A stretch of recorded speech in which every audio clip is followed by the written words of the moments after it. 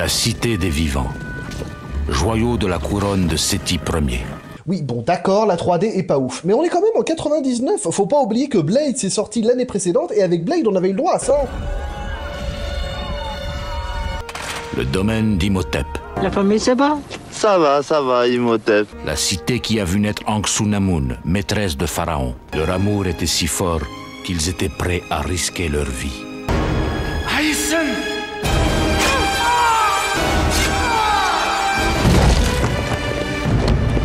Sont un poil à la bourre sur ce coup-là, les gardes.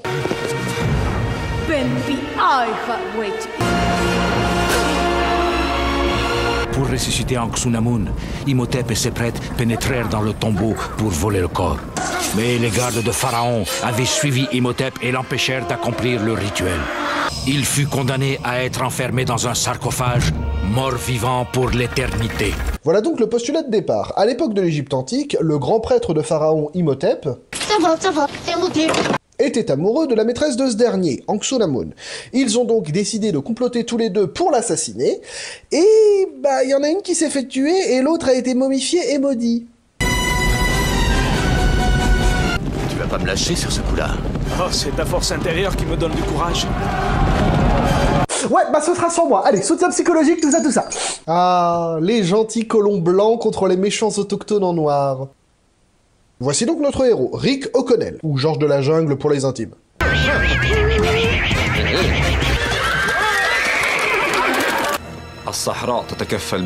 Le film va également nous présenter notre deuxième protagoniste, Evelyn Carnahan. Carnarvon, vous l'avez?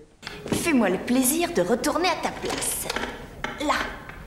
Attention, la flemme ça pousse à faire des conneries. Ben voilà, qu'est-ce que je disais? Regardez ma bibliothèque! Pourquoi je m'embarrasse avec vous? Parce que je sais lire et écrire l'ancien égyptien, et je sais déchiffrer le hiératique, le démotique. Après, je fais un super thé vert à la menthe. Le frère d'Evelyn, Jonathan, lui a rapporté un artefact qu'il a trouvé lors d'une fouille à Thèbes. Cette dernière s'empresse donc de montrer le dit artefact au conservateur du musée. Pour moi, elle a plus de 3000 ans. Oh mon Dieu, regardez ça! C'est pas censé être un conservateur? Dans le but de conserver? Toi, on te ramène un artefact, tu le crames! Le conservateur refusant de financer leur expédition jusqu'à la Cité des Morts, Evie et John vont donc chercher un autre moyen de s'y rendre. Dites-nous pourquoi cet homme est en prison. Il a dit qu'il cherchait juste à faire la fête. Il sait où se trouve Amunaptra. Tu as une dernière volonté, pas? Oh bah je sais pas, tu pourrais m'apporter un jambon beurre? Evelyn arrive à faire libérer Rick, ce dernier connaissant le chemin de la Cité des Morts. Et après une rapide toilette, il embarque avec le frangin et la frangine pour Amunaptra. C'est un parfait scélérat, je le trouve abominable. C'est quelqu'un que je connais? Je sais bien hein, qu'on voit ce type de tenue coloniale dans beaucoup de fictions. Mais je vous garantis que quand tu portes ce genre de vêtements avec ce genre de climat, tu crèves de chaud. Outre quelques discussions avec une équipe américaine concurrente guidée par Benny... Oh mon vieux copain, tu es en vie? Si tu savais comme j'étais inquiet... Tiens, mais on dirait mon vieux pote Benny. Rick s'empresse donc de déballer tout son matos devant Evelyn. Ouais, vous avez bien entendu.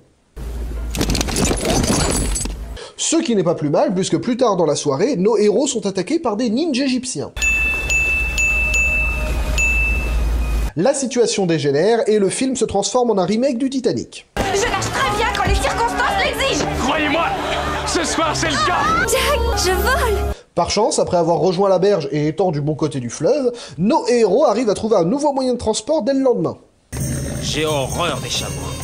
De sales bestioles qui puent, qui mordent, qui crachent. Ils sont dégoûtants. Et arrivent à Amunaptra en premier, non sans être rejoints assez rapidement par les Américains. Oh la boulette, bah nous on va aller fouiller par là, hein. Les deux équipes sont de nouveau séparées et notre directeur de prison venu protéger ses intérêts part à la chasse aux scarabées dorés, un peu comme un promeneur partirait à la chasse aux champignons sans s'y connaître.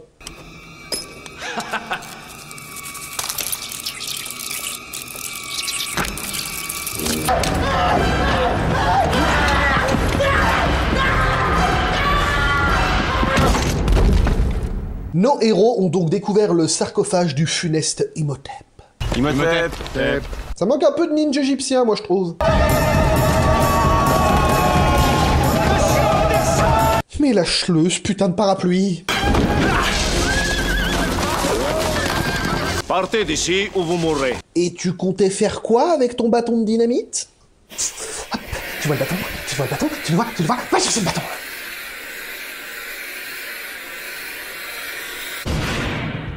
Après autant d'émotions, c'est aussi bien de relâcher la pression. Je suis extrêmement fière de ce que je suis maintenant. C'est-à-dire? Bourré! Mais bon, pas le temps de lambiner. Dès le lendemain, nos Américains ouvrent la boîte contenant le livre des morts qui pourrait ressusciter Imhotep. Je vais prendre un Imhotep. La mort viendra s'abattre d'une aile vengeresse sur les hommes qui auront l'impudence d'ouvrir ce coffret.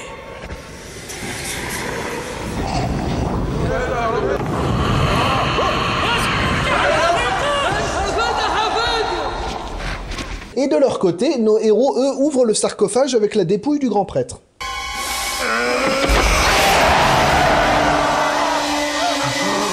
Oh bon sang, j'ai horreur que ça s'ouvre de cette manière.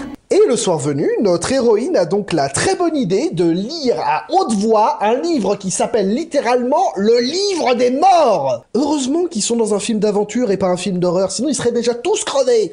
Ah, et pour celles et ceux qui se posent la question, oui, c'était déjà une mauvaise idée de mettre ce genre de conneries dans son scénario à l'époque. Market Bebaya, Imati Dusupi Kisetsuye Yatuye Yatuye.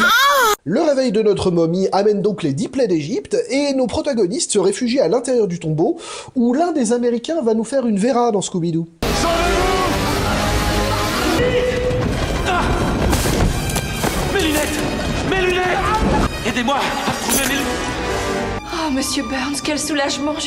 Pardon? Oh, Monsieur Burns. Excellent. Il a pris mes yeux! Je rappelle que le Burns, à la base, il voit que dalle.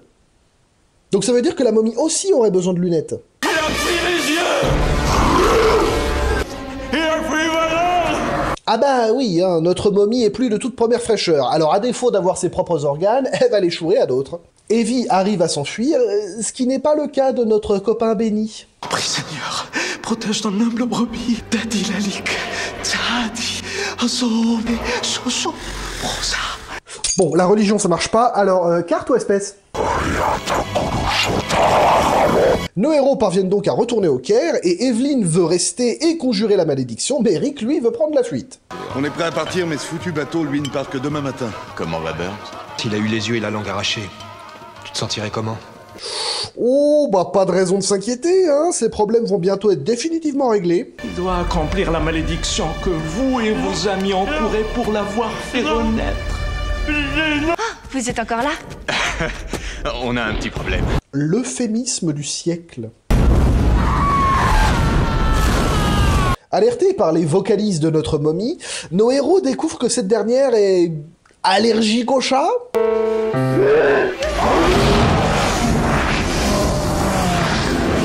Ayant constaté que notre cadavre ambulant a un faible pour Evelyn, notre équipe part chercher de l'aide auprès du conservateur qui est en pleine discussion avec le chef des ninjas égyptiens. Nous appartenons à une très ancienne société secrète. Pendant 3000 ans, c'est nous qui avons gardé la cité des morts. Pourquoi craint-il les chats? Parce qu'ils sont les gardiens du monde souterrain. Il en aura peur tant qu'il ne sera pas régénéré. Les 10 plaies continuant de se dérouler, nos joyeux lurons cherchent un moyen de conjurer la malédiction. On doit l'empêcher de se régénérer. Voyons, qui a ouvert ce coffret? Eh ben moi, Daniel, c'est... et Burns, bien sûr. Sans oublier l'égyptologue. Et où était passé mon petit pote Benny? Lui, il a décampé avant qu'on ouvre ce maudit coffret. Au moins, il était malin, lui. Malin? Non, il a juste entendu malédiction et il s'est barré. C'est pas être malin, ça, c'est avoir du bon sens. Nos Américains vont donc tomber comme des mouches les uns après les autres afin qu'Imhotep retrouve un corps entier.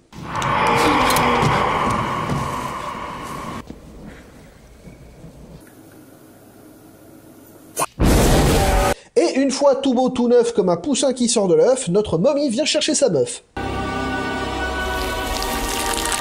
Regarde qui est venu. Nos héros retournent donc au musée afin de trouver un moyen de détruire notre grand méchant, mais celui-ci n'a pas dit son dernier mot. La lèpre.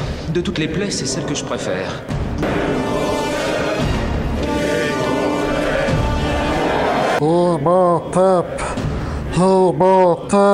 Après une course-poursuite dans les rues du Caire, Evelyn se fait finalement enlever afin de ressusciter Anxunamun, et nos héros, eux, vont chercher de l'aide auprès d'un vieil ami de Rick, qui s'avère être un pilote de la Royal Air Force suicidaire. Est-ce que c'est dangereux? Tu as très peu de chances de t'en tirer. Winston Havelock à vos ordres, monsieur. Et il faudra pas attendre longtemps avant que son rêve soit exaucé.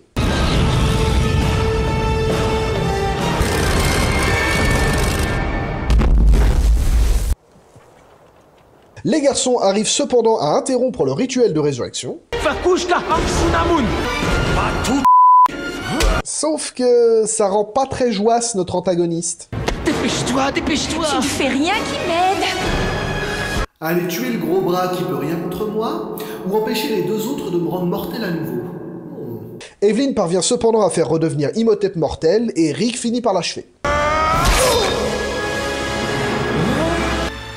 Ça va, Imhotep. Mais quel monde! Et notre petit Benny, aussi avide de fric que de conneries, il en est où?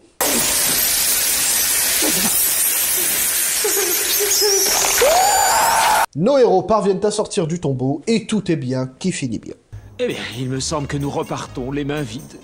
Dommage. Je ne dirais pas ça. Regarde ce que j'ai trouvé dans le tombeau. On pourrait en tirer un bon prix, non? Qu'est-ce que t'en penses? Voilà, messieurs, dames, c'était le premier film de ce mois spécial Halloween. J'espère que ça vous a plu. Si c'est le cas, vous savez quoi faire. Et n'oubliez pas également de commenter les différents films que vous voudriez voir passer entre les mains douces et soyeuses. C'est ce qui fait vivre la chaîne. Quant à moi, je vous dis à la prochaine. Kenavo les macros. Vous voulez même pas si tôt. Gardez sur la chaîne mes petits macros.